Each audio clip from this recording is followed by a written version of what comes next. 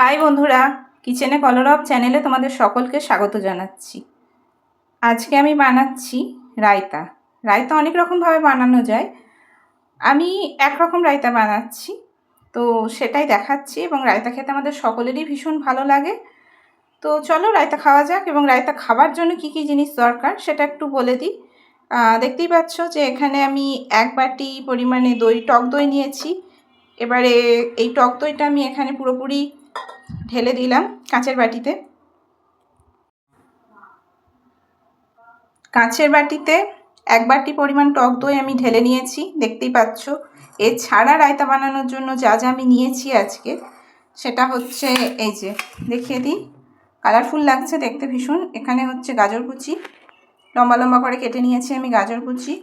আর হচ্ছে ওই একইভাবে কাটা শশা কুচি। আর চাট মশলা রেখেছি, সানরাইসের চাট মশলা। ধনেপাতা কুচি নিয়েছি। তোমরা যদি ইচ্ছে হয় তাহলে এর সঙ্গে একটু গোলমরিচ গুঁড়ো কিংবা লঙ্কা গুঁড়ো দিতে পারো, বা লঙ্কা কুচিও দিতে পারো, আমি কোনোটাই দিচ্ছি না। এছাড়া নুন লাগছে, চিনি আমি নিয়েছি আন্দাজ মতন, এবার যতটা লাগবে ততটা দেবো। আর বিট নুন লাগছে। তো এবারে আমি শুরু করছি রায়তা বানানোর প্রসেসটা। তো সবার প্রথমে আমি এখানে আগে শশাটা দিয়ে দিচ্ছি। আর শশা পুরোটা দিয়ে দিই, লম্বা লম্বা করে কাটা শশাগুলো সবটা দিয়ে দিলাম। এবার আমি লম্বা লম্বা করে কাটা গাজরের টুকরোগুলোও দিয়ে দিচ্ছি,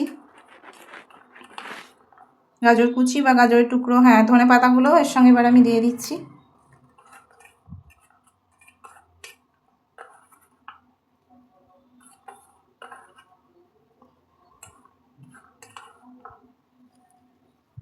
ধনে পাতা আমি দিয়ে দিলাম, এর সঙ্গে ধনে পাতা কুচি দিয়ে দিচ্ছি। এরপর আমি নুন, চিনি আর বিট নুনটা দেব, সব শেষে চাট মশলা দিচ্ছি। এখানে দইয়ের মধ্যে এবার আমি এই 1 চামচের কম নুন দিচ্ছি। আর বোধহয় আর একটু নুন দেব, একটু বিট নুনও দেব, ব্যাস। আর আমি নুন দিচ্ছি না। এবার আমি একটু বিট নুন দেব দইয়ের মধ্যে। এবার আমি বিট নুনটাও দিয়ে দিচ্ছি।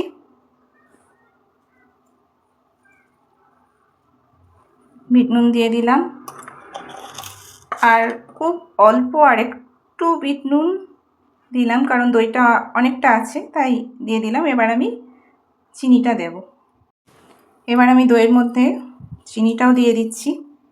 সব কিছু দিয়ে একসঙ্গে মিশিয়ে নেব, দিয়ে রায়তাটা বানাবো। এখানে চিনিও দিয়ে দিলাম, চিনি দিয়ে দিয়েছি। এবার এই বড় হুইস্কারটা দিয়ে আমি ভালো করে মিক্সিংটা করতে থাকছি।